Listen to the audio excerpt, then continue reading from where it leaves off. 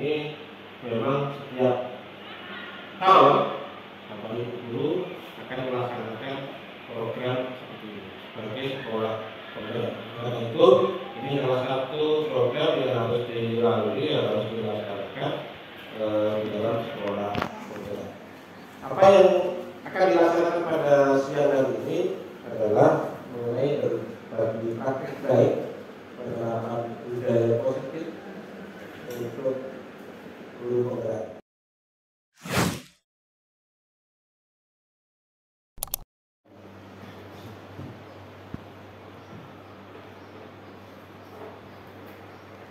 Amin. Ini salah satu upaya dalam meningkatkan rapor pendidikan juga Pak, karena di dalamnya ada karakter. Ini salah satu cara kita untuk bagaimana mengembangkan kompetensi karakter yang kemarin sempat di rapor pendidikan kita itu merah. Kemudian guru mampu menggerakkan komunitas sekolah untuk bersama-sama mengembangkan mobilitas sisi sekolah yang berpihak pada murid dan menjelaskan nilai-nilai kebajikan universal. Pertanyaannya ini, pertanyaan ini hukuman yang tidak menyenangkan dapat mendisiplinkan anak. Ada yang setuju? Terus yang kedua, pemberian hukuman dengan hal positif dapat meningkatkan disiplin anak. Betul. Tangan kanan, yang setuju, tangan kiri tidak setuju.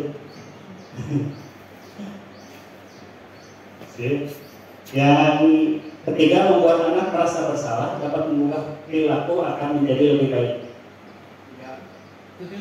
Setuju tangan kiri, tidak setuju. Setuju tangan kanan, tidak setuju tangan. Oke. Selanjutnya, memberi penghargaan dapat meningkatkan motivasi belajar anak. Oke. Setuju? Khususkan Pak Taufik? Ya, sip. Oke, ini kenapa ada yang bisa menyampaikan alasannya? Baik, terima kasih. Saya ingin coba menjawab dari sisi saya. Menurut saya pemberian hukuman yang positif itu memang dapat meningkatkan disiplin anak karena seperti manusia pada umumnya suka dipuji dan suka diberi hadiah. Jadi kalau kita sering memuji, mereka akan secara tidak langsung merasa sangat bahagia dan meminta dipuji kembali, akhirnya terus-menerus melakukan hal tersebut.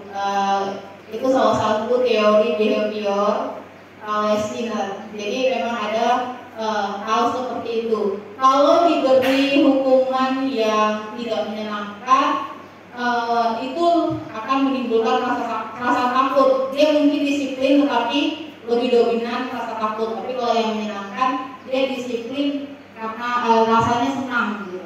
Kalau menurut saya seperti itu. Oke. Terima kasih Bu Susan. Nanti kita cek ya apakah benar berdasarkan teori ini, apakah kita memakai teori Skinner atau sebenarnya yang kita lihat. Dengan kerayuan, dengan paksaan, dengan memuju, menghardik, menyuang boleh gitu ya. Yang penting Bu Asia harus dapat apa yang ada di tangan itu. Silakan. Ya, silakan. Silakan. Iya, kalau itu kan tahu. Silakan. Mau menyuap boleh.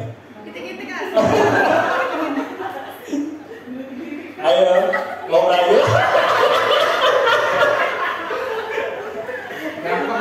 Ayo.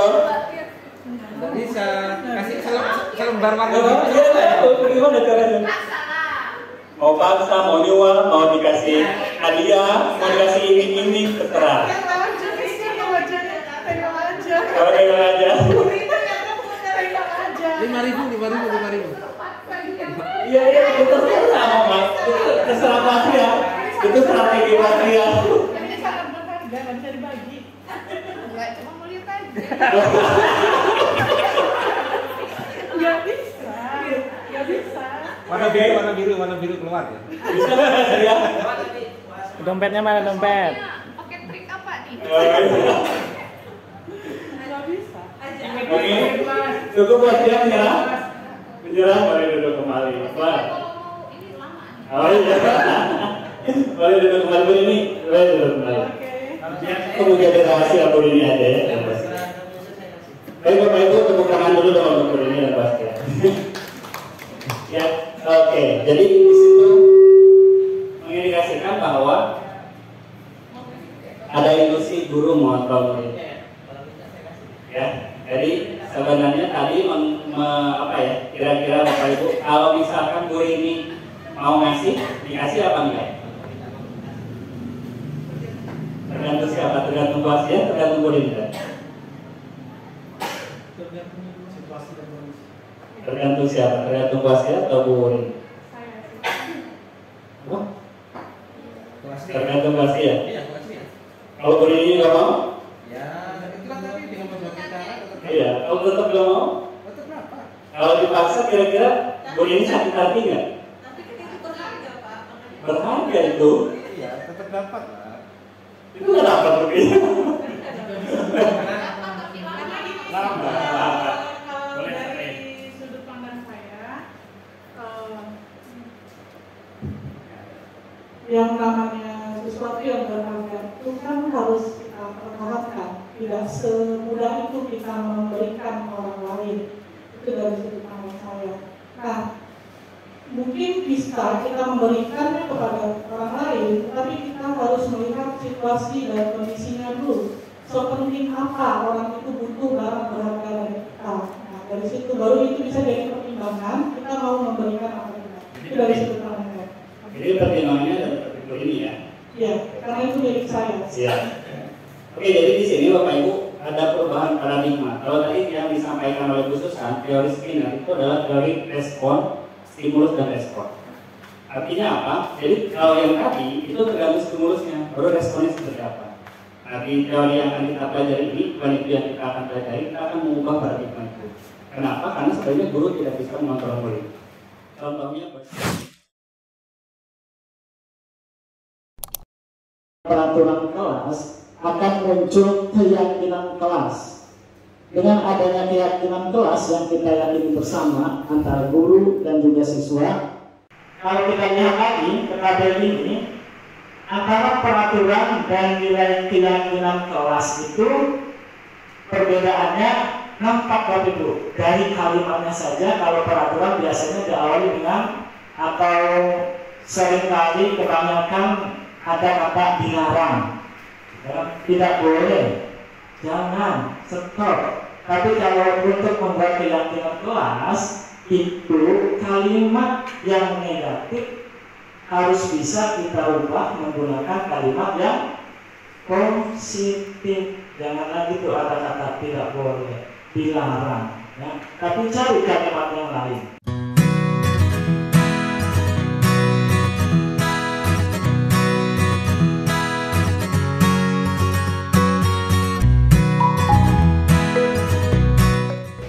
di sini yang terdengar, di sini dia terlihat, di sini perilaku. Nah, di belakang kertas itu yang perilaku kalian tuliskan yang tampak. Perilaku yang ada di tabel itu masukin di sini. Terus yang terlihatnya seperti apa? Sekarang tadi sudah dibersihkan, terlihatnya berarti bagusnya. Namanya apa? Akan itu. Kalau yang terdengarnya bagaimana? Terdengar misalkan, ayo bersihkan kapal bersama-sama. Ya, dimasukin di situ yang tampak, masukin perilaku, terus terdengarnya seperti apa, terlihatnya seperti apa. Gimana?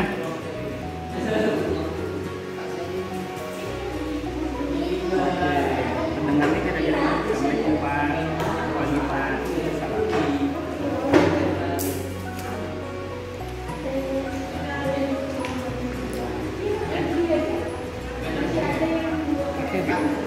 Salam.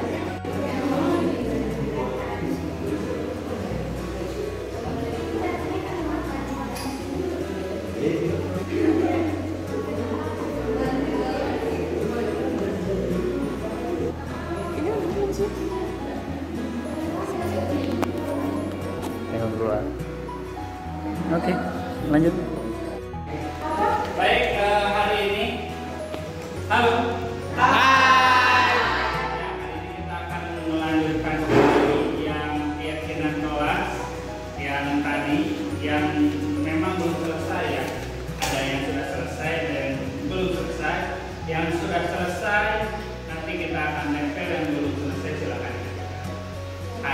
prinsipnya hari ini semuanya sudah tertempel. Saya ingin mengulangi keyakinan kelas itu apa? Yaitu prinsip ya. Kalau bicara aturan bisa banyak. Tapi kalau prinsip sama. Mau di sini, mau di luar, mau di Hijab, mau di seluruh Indonesia prinsipnya sama.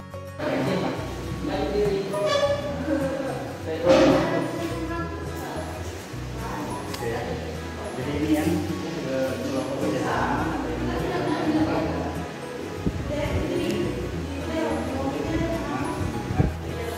Mungkin nanti ini kasih dia deh.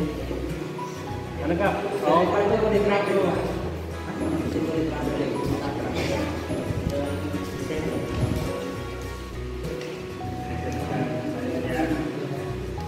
Ini yang besar, cukup bagus ya. Jadi yang penting adalah ini bisa terlihat. Ini nanti kalau misalnya ada apa-apa jadi.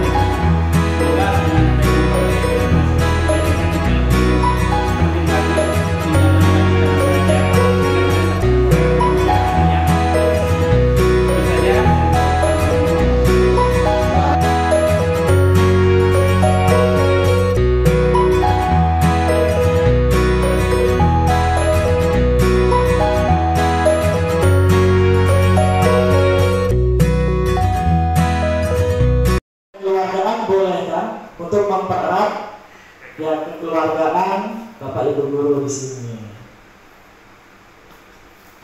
Kekeluargaan pengajar ya harus memiliki sikap saling menghormati dan menghargai satu sama lain. Berarti ini saling menghormati apa saling menghargai bukan dulu?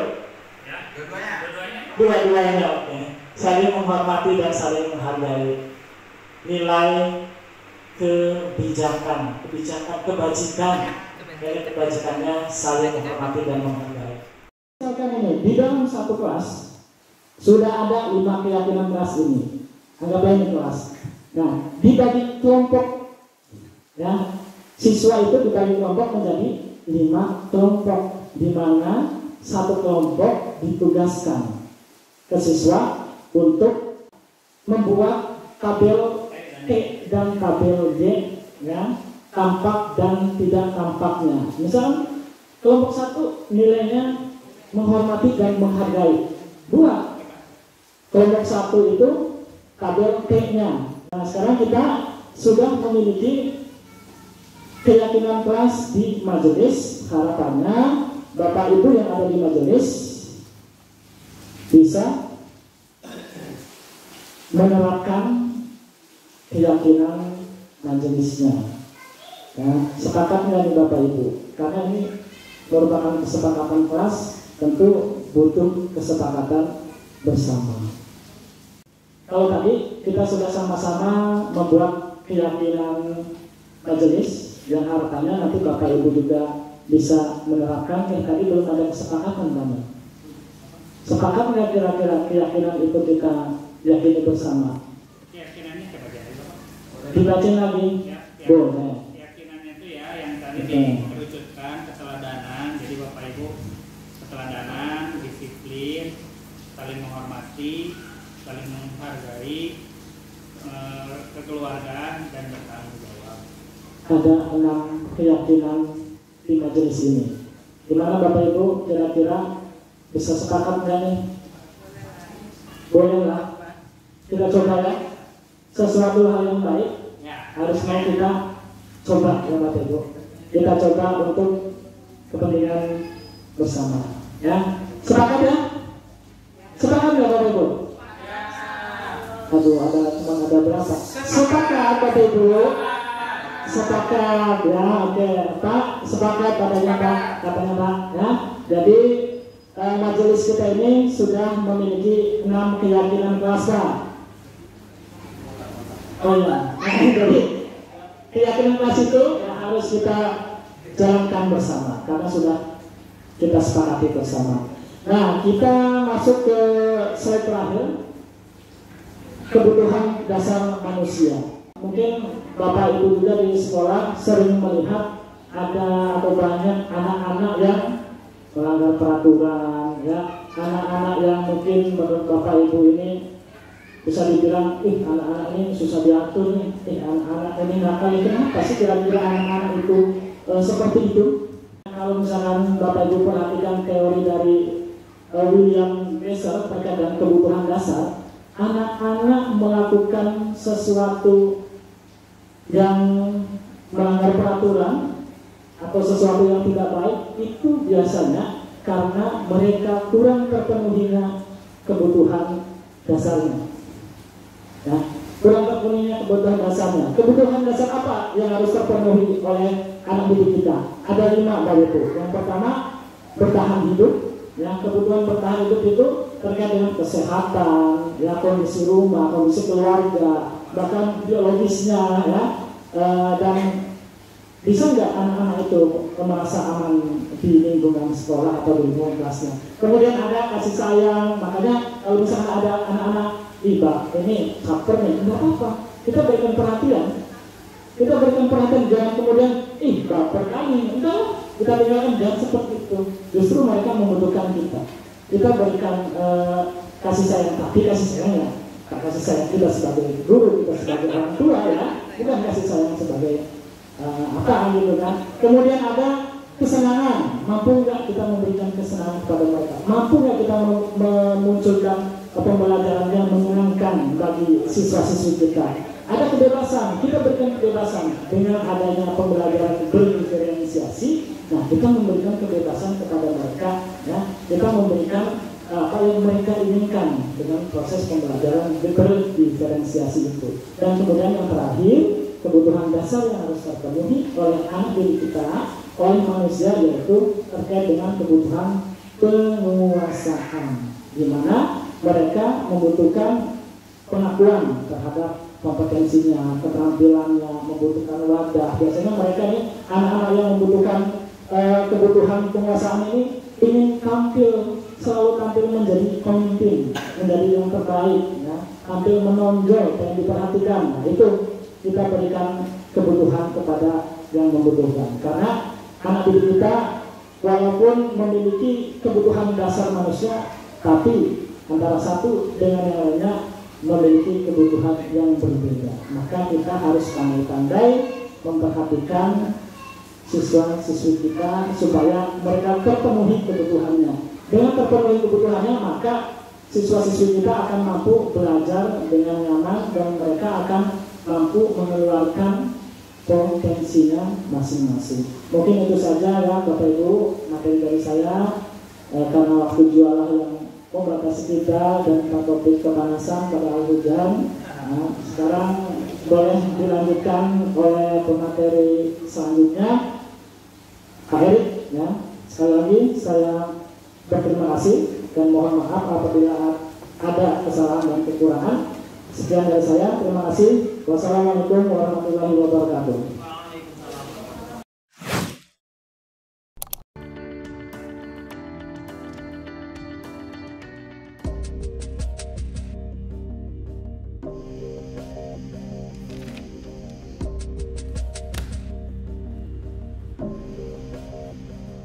Naren! Sini kamu! Selamat pagi, Bu. Selalu terlambat. Kamu deh, pasti terlambat. Maaf, Bu. Saya... Apa? Apa coba? Alasan kamu apa lagi? Kapan sih kamu tidak terlambat? Malas sekali ya kamu jadi anak. Saya... Dasar pemalas. Gak kapok-kapok sih kamu. Sudah berapa kali terlambat? Sana, kamu keliling lapangan basket 2 kali. Kenapa saya harus keliling lapangan basket, Bu? Kenapa? Kamu mau lawan ibu? Berani-beraninya jawab. Sudah terlambat, masih berani jawab pula. Sekarang keliling lapangan basket 5 kali sekalian, biar kapok. Cepat, pergi sana ke lapangan basket. Pada posisi penghukum ini biasanya ada perkataan menghardik kepada murid. Tadi ya, Naren, kamu lagi terlambat lagi. Terus yang kedua, pada posisi penghukum ini ada unsur hukuman verbal atau hukuman fisik. Tadi si Naren disuruh keliling lapangan basket selama 2 kali putaran karena dia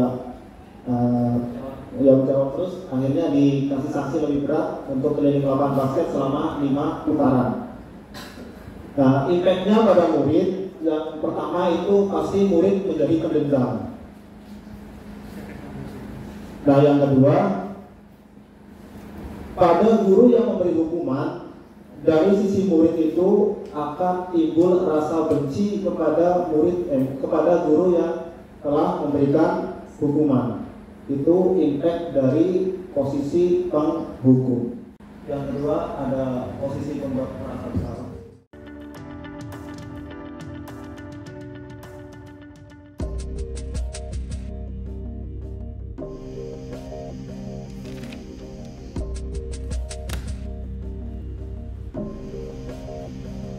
Naren!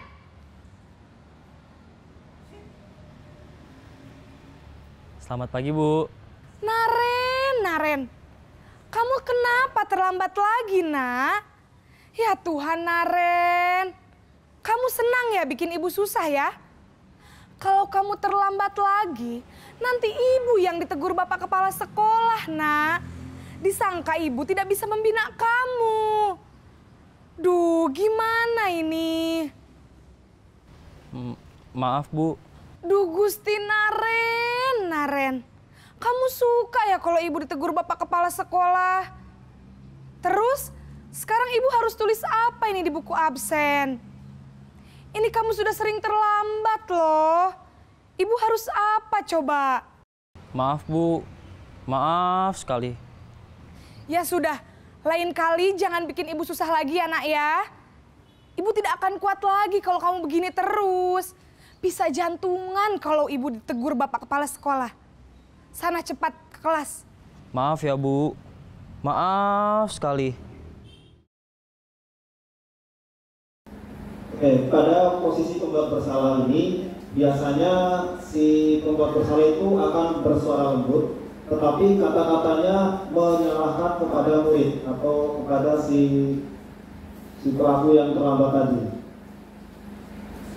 Naren udah beberapa kali. Kamu senang ya kalau ibu ditegur terus sama kepala sekolah gitu kan tadi. Yang kedua, guru akan menyatakan hal-hal pada murid untuk membuat murid merasa bersalah. Kamu senang ya kalau ibu cantungan ditegur terus sama kepala sekolah gitu. Jadi impactnya murid itu akan merasa bersalah.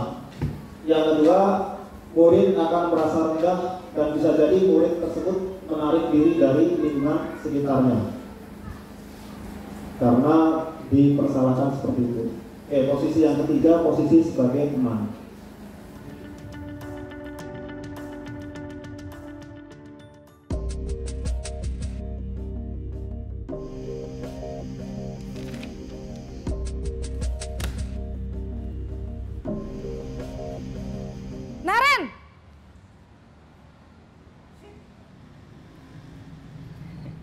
Selamat pagi, Bu. Wah, sudah jam berapa ini, Nak? Terlambat lagi ya, sayang? Iya, Bu. Habis ibu saya lupa bangunkan saya, Bu. Kamu malah menyalahkan ibu kamu.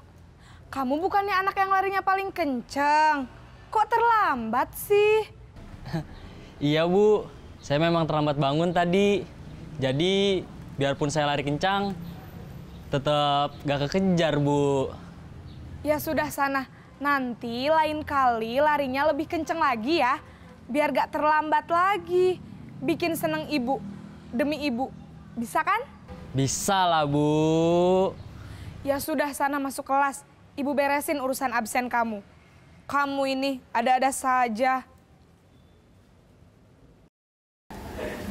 Baik ya, pada posisi teman ini kata-katanya itu cenderung ramah dan diselingi nada-nada bercanda atau bergurau. Ya. Nah, murid akan merasa akrab dengan gurunya. Tadi kan ibu itu bilang, kok kamu terlambat sih Naren, padahal kamu kan pelari kencang gitu. Ada pujian ya. Nah, impactnya itu murid akan bergantung pada satu orang. Bisa saja kalau murid itu nggak sama ibu yang tadi, dia bisa melakukan kesalahan yang mengulang. Terus yang kedua, murid menjadi tidak mandiri. Lain waktu murid bisa jadi berperilaku baik, namun hanya pada orang-orang tertentu saja. Bisa saja si Naren hanya berperilaku baik ketika ada si ibu tadi, ibu yang. Lanjut, yang keempat ada posisi pemantau.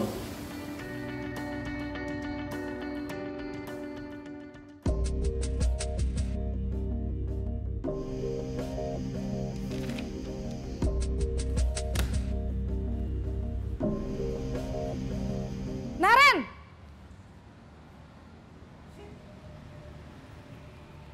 Selamat pagi, Bu.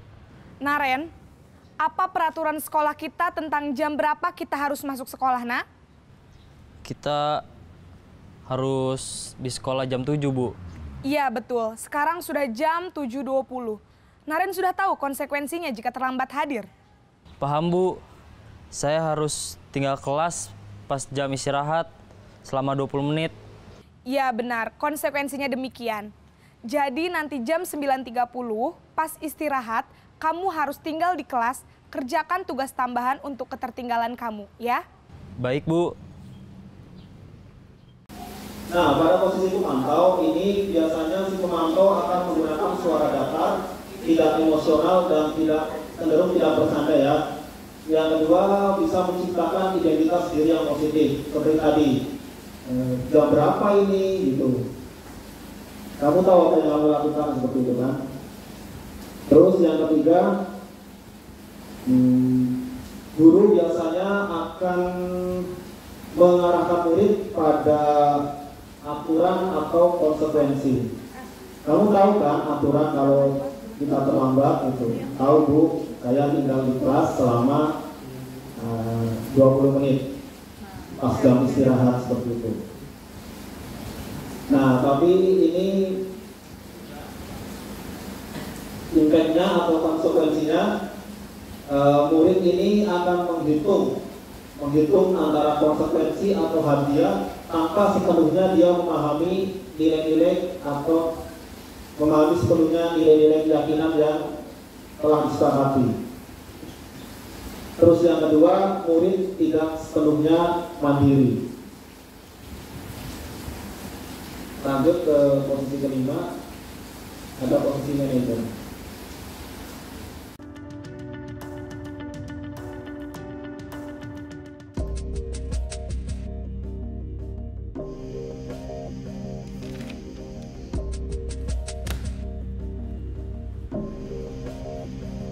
Naren!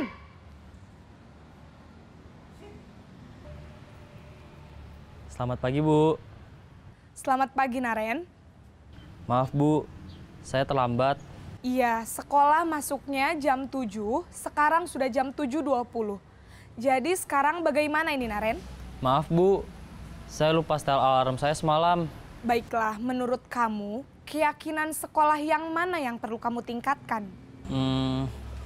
Menghargai diri sendiri dan orang lain mungkin ya, Bu. Setuju. Jadi, apakah Naren meyakini prinsip saling menghormati tersebut? Iya, Bu. Saya meyakininya. Apakah Naren bersedia memperbaiki masalah keterlambatan ini? Bersedia, Bu. Bagaimana kamu akan perbaiki masalah keterlambatan ini? Saya akan coba untuk tidak lupa menyetel alarm saya, Bu. Baik, kalau Naren lupa menyetel alarm di rumah, ada orang yang kira-kira bisa bantu mengingatkan tidak? Ada, Bu. Kakak saya, Kak Ema. Ada lagi selain Kak Ema? Selain Kak Ema, ada ibu saya. Baik, Jadi yang mengingatkan Naren adalah Kak Emma dan ibu kamu ya? Kira-kira akan mulai setel alarm kapan nih Naren? Setelah pulang sekolah, akan segera saya lakukan. Baik, jadi Naren akan setel alarm untuk bangun besok pagi dan akan diingatkan oleh kakak dan ibunda Naren ya. Ada lagi yang mungkin perlu dilakukan Naren? Agar tidak terlambat bangun lagi. Tidak ada, Bu. Baik Naren, terima kasih untuk kerjasama kamu. Sekarang kamu perlu kembali ke kelas untuk belajar. Baik, Bu. Terima kasih. Nah, di posisi manajer ini Ibu, Bapak Ibu ya, Ibu gurunya tadi suaranya itu netral ya, tidak emosi, tidak pula terlalu ramah, dan tidak menada tinggi. Identitas yang dibentuk ini sudah berhasil membuka dengan tulus pertanyaan-pertanyaan bermakna bagi murid agar membuka pikiran murid. Keyakinan apa yang sudah kamu langgar kemarin? Terus guru juga membimbing murid untuk menyelesaikan masalah. Menyelesaikan masalah, mencari solusi bagi murid itu sendiri. Menyetel alarm. Terus kalau kamu lupa menyetel alarm, ada nggak orang rumah kamu yang bisa mengingatkan? Ada, ibu saya dengan Kak Emma. Lalu murid akan menjadi mandiri dan confident untuk menyelesaikan masalah. Tadi Bu itu menanyakan, kapan kamu memulai? Tadi Naren dijawab, iya, setelah jam istirahat langsung saya setel alarm agar saya tidak kelupaan lagi. Jadi itu ya posisi manajer.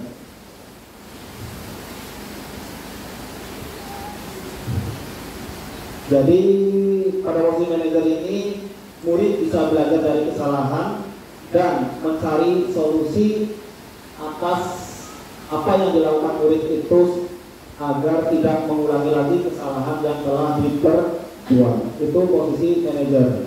Nah, menurut teorinya Dr. William Gleiser, posisi ini yang disarankan untuk kita ya, untuk sebagai guru. Terus kita akan belajar materi tentang segitiga restitusi. Bila tadi Bapak dengar laporan dari ketua kelas, katanya kamu habis berantem ya sama Tiara? Iya Pak, habis kesel sih. Kenapa kamu kesel?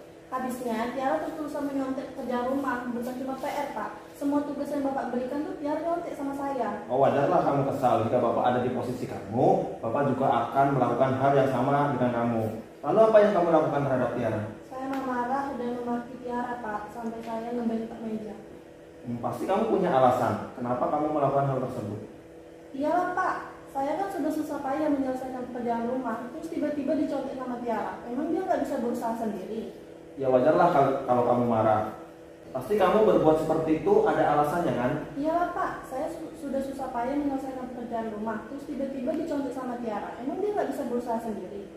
Ya wajarlah karena kamu marah karena semua pekerjaan kamu dicontek sama Tiara. Bapak sangat menghargai tindakan kamu yang tidak sampai berbuat lebih jauh seperti memukul Tiara. Sekarang kamu pikirkan tindakan kamu yang marah sampai menggebrak meja itu apakah sudah sesuai dengan keyakinan kelas kita? Tidak Pak. Menurut kamu keyakinan kelas apa yang sudah kamu langgar? Saling menghormati antar teman Pak. Iya betul. Menurut kamu saling menghormati antar teman itu penting tidak? Penting Pak. Kalau menurut kamu penting, keyakinan apa yang harus kamu lakukan ketika kamu sedang marah? Harus lebih bersabar lagi Pak. Jika kamu bersedia memperbaiki kesalahan kamu, apa yang akan kamu lakukan? Jika nanti ada teman yang menyontek lagi sama saya, maka saya akan melaporkan kepada guru yang bertugas. Ya, tepat sekali tindakan kamu. Sekarang kamu boleh kembali ke kelas ya. Ya Pak. Terima kasih Pak. Ya, sama-sama. Oke, segitiga restitusi itu suatu proses dialog yang dijalankan oleh guru atau orang tua agar dapat menghasilkan murid yang mandiri dan bertanggung jawab. Segitiga restitusi itu terdiri dari 3 tahapan ya. Yang pertama, menstabilkan identitas, validasi tindakan, dan menanyakan keyakinan. Pada tahap menstabilkan identitas itu didasari pada prinsip membuat kesalahan itu adalah bagian dari proses pembelajaran. Yang kedua, berperan menggeser identitas murid dari identitas gagal ke identitas sukses. Dan yang ketiga, jangan mengkritik murid yang sedang mengalami identitas gagal. Contohnya tadi si Susila. Ya, Susila itu marah sama kawannya ya karena pekerjaannya dicontek sama kawannya. Lalu dia ya membentak-bentak si kawannya itu. Nah, kita jangan menyalahkan, tapi kita menanyakan, kamu melakukan ini pasti punya alasan.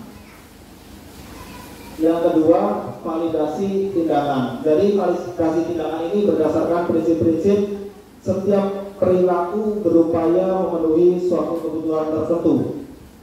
Yang kedua, guru akan menggeser pemikiran stimulus respon menjadi respon positif. Dan yang ketiga, mengenali dan mengakui kebutuhan murid dapat memperbaiki hubungan dengan murid. Dan yang keempat, pernyataan disampaikan dengan nada suara tidak menghakimi. Yang ketiga, menyampaikan keyakinan. Teori kontrol menyatakan bahwa pada dasarnya kita termotivasi secara intrinsik. Saat perilaku telah divalidasi dan identitas sukses telah stabil, maka murid telah siap mengaitkan keyakinannya dengan tindakan yang salah.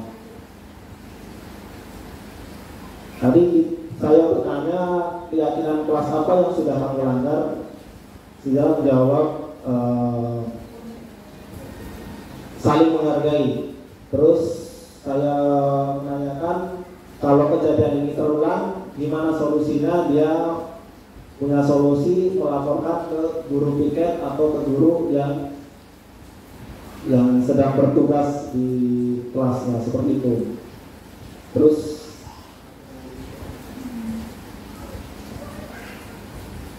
ini bisa dengan identitas ya, untuk membuat anak yang merasa gagal karena berbuat salah menjadi positif terhadap dirinya. Contohnya, berbuat salah itu manusiawi. Kita pasti bisa menyelesaikan permasalahan ini. Bapak Ibu tidak tertarik mencari tahu siapa yang benar, lebih tertarik untuk menyelesaikan masalah. Kalau kamu menyalahkan dirimu sendiri terus-menerus, apakah kamu akan bersikap baik terhadap diri kamu sendiri? Yang kedua, validasi tindakan atau kebutuhan. Ini membantu siswa mengenali basic dasar kebutuhannya yang ingin dipenuhi setelah melakukan kesalahan itu. Pada dasarnya setiap tindakan manusia itu memenuhi basic needs, itu kekuatan, kebebasan, kasih sayang, kesenangan atau bertahan, bertahan. Jadi guru bisa berkata, kamu bisa melakukan hal lebih buruk, tapi kamu tidak melakukannya. Tadi saya bertanya, untung kamu cuma marah-marah sama dia, tidak sampai memukul. Apa yang penting bagi kamu bisa tanyakan. Kamu boleh tetap berusaha menjaga sikap itu, tapi tambahkan sikap lain yang baru. Maukah kamu belajar cara lain untuk mendapatkan apa yang kamu butuhkan tanpa harus memukul? Apakah kamu bisa melakukannya lebih baik esok lagi? Yang selanjutnya, menanyakan keyakinan. Anak melihat kesalahannya dihubungkan dengan norma sosial dan nilai-nilai yang mendasari manusia, berinteraksi dengan orang lain. Guru berkata, apa nilai yang kita percaya di kelas? Nilai-nilai universal atau kebajikan yang telah disepakati. Kelas yang ideal itu seperti apa? Kamu ingin menjadi anak seperti apa? Apa yang kamu rasakan ketika kamu melakukan itu? Kamu menjadi orang seperti apa? Itu keyakinan kelas.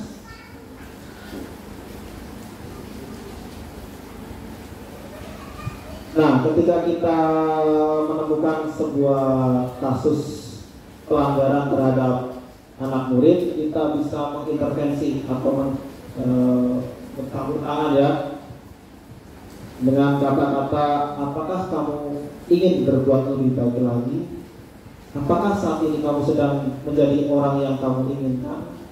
Apakah kamu bisa mengubah perilaku saat ini menjadi sikap yang lebih membantu? Kapan kamu siap untuk memulai?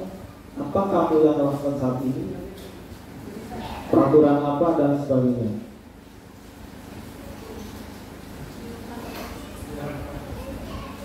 Nah, hal-hal yang perlu diperhatikan dalam segitiga restitusi, yang pertama, perilaku salah perlu dikaitkan dengan nilai-nilai keyakinan yang telah disepakati atau disetujui. Yang kedua, kesediaan orang yang melakukan kesalahan untuk memperbaiki masalah. Dan yang ketiga, pemecahan masalah sebisa mungkin relevan atau memiliki hubungan dengan masalah yang ada. Yang keempat, perlu adanya suatu usaha perbaikan dari pihak yang berbuat kesalahan. Perlu didedikasikan waktu dari pihak yang berbuat kesalahan. Tanyakan kapan dan akan mulai diperlakukan usaha untuk memperbaiki masalah tersebut.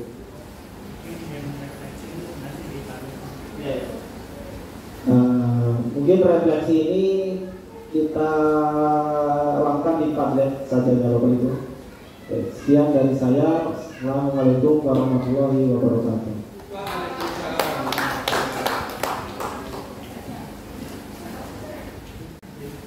Baik Bapak Ibu ya. Jadi itu Bapak Ibu mengenai budaya positif. Tadi Bapak Ibu yang kita sudah belajar mengenai banyak hal, dari mulai bagaimana hukuman, penghargaan dan restitusi. Terus kemudian tadi ada keyakinan kelas, terus kemudian tadi ada 5 posisi kontrol. Tadi mungkin perlu saya tegaskan, dari 5 posisi kontrol itu, 5 kontrol itu 2 kontrol pertama Bapak Ibu tinggalkan, yaitu yang penghukum dan pembuat rasa bersalah, karena itu kontrolnya negatif. Tapi kalau yang kontrol teman dan satu lagi pemantau dan yang manajer, itu Bapak Ibu silakan disesuaikan dengan kondisi di lapangan. Apakah ketika teman menjadi pemantau itu saling beriringan gitu. Tapi yang disarankan banget itu posisi manajer seperti itu. Sedangkan posisi teman dan pemantau itu boleh bergantian. Sedangkan yang tadi restitusi Bapak Ibu, sebenarnya ada lagi video dari saya dan dari Pak Andi.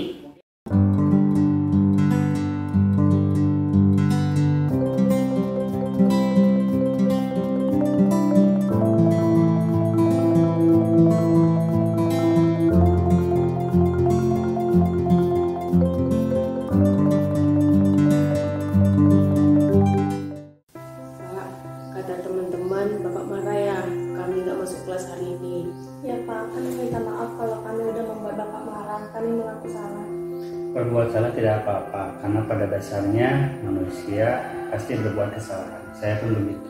Tidak ada manusia yang sempurna. Gimana? Tadi seru ya podcastnya? Iya Pak. Nah, menurut kalian yang tadi itu apakah sudah baik atau belum? Tidak Pak, seharusnya kami meminta izin terlebih dahulu kepada Bapak kalau kami ingin melakukan siaran podcast. Memang seru ya kegiatan bersama, apalagi di ekskul. Namun kesenangan itu tidak boleh mengorbankan rasa saling menghormati kita, baik sesama guru atau sesama siswa. Bagaimana ceritanya bisa terjadi hal yang seperti tadi? Jadi gini Pak, kami kira Bapak udah mengetahui bahwa kami akan melakukan siaran podcast. Jadi kami tidak izin kepada Bapak karena kami kira kan Bapak udah tahu. Rupanya Bapak belum tahu. Nah seharusnya walaupun Bapak tahu atau nggak tahu, kami harus minta izin sama Bapak. Dan kami juga saking keenakannya ngobrol Pak, sehingga kami lupa kalau jam itu udah jam mata pelajaran Bapak. Kita kan sudah mempunyai keyakinan kelas ya, dan keyakinan kelas itu sudah disepakati bersama. Dan kira-kira dari kejadian tadi ada nggak yang tidak kalian tunjukkan keyakinan kelas? Saling menghormati, baik itu guru sesama murid maupun guru sesama murid. Apakah Desi dan Sila meyakini keyakinan kelas itu? Yakini Pak. Nah, apakah tadi ketika Desi dan Sila tidak masuk tanpa izin sudah menerapkan budaya saling menghormati? Apa rencana Desi dan Sila untuk memperbaiki kondisi ini? Insya Allah Pak, kami tidak akan mengulangi kesalahan tersebut. Dan kami juga akan mendiskusikan ini kepada teman-teman di kelas. Kami akan menekankan keyakinan sikap saling menghormati pada teman-teman. Dan kami pun akan mengejar dan ketinggalan kami dengan cara membuat resume atau peta konsep yang dimana nanti akan kami lihat dari teman-teman kita. Bagus, sudah sangat bagus dari kalian. untuk diskusi nanti coba saya datang juga untuk menguatkan mengenai keyakinan kelas kita ini. Untuk peta konsep dan lainnya boleh nanti kalian buat, nanti kalau sudah selesai dikumpulkan ke saya. Baik Pak, jika nanti sudah waktunya kami akan menemui Bapak untuk masuk ke kelas. Baik.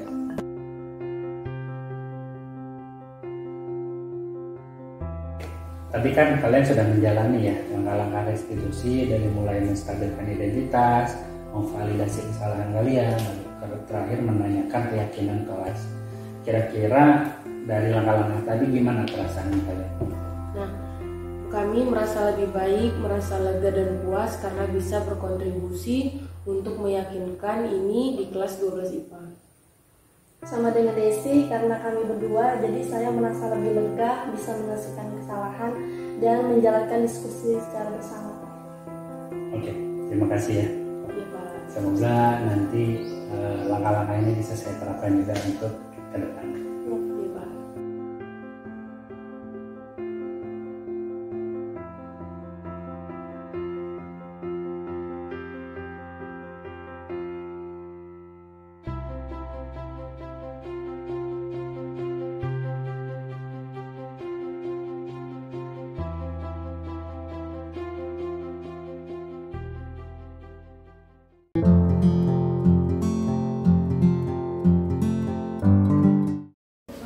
Baik Bapak Ibu, itu saja mungkin dari kami, dari saya, Jama, Pak Eri, dan kami. Mohon maaf bila banyak kekurangan, mohon maaf juga lebih dari waktu karena memang rencana kami jam 1 tadi sampai setengah 4 gitu.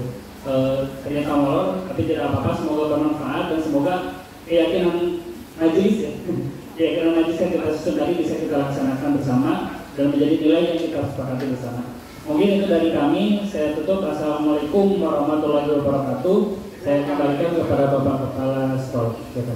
Dari saya, sekali lagi mengucapkan tujuan terima kasih pada narasumber dan yang terpenting dari Bapak Ibu Guru. Kalau tanpa kehadiran Bapak Ibu Guru kosong, mungkin 3 orang kita ini kasihan pula. Ya. Jadi terima kasih sekali Bapak Ibu Guru sudah merelakan waktunya untuk bersama Bapak-Bapak yang ada di depan ini. Mudah-mudahan ini jadi amal kita semua. Sampai sore acaranya. Terima kasih. Mohon maaf. Wabillahi taufiq wal hidayah. Assalamualaikum warahmatullahi wabarakatuh.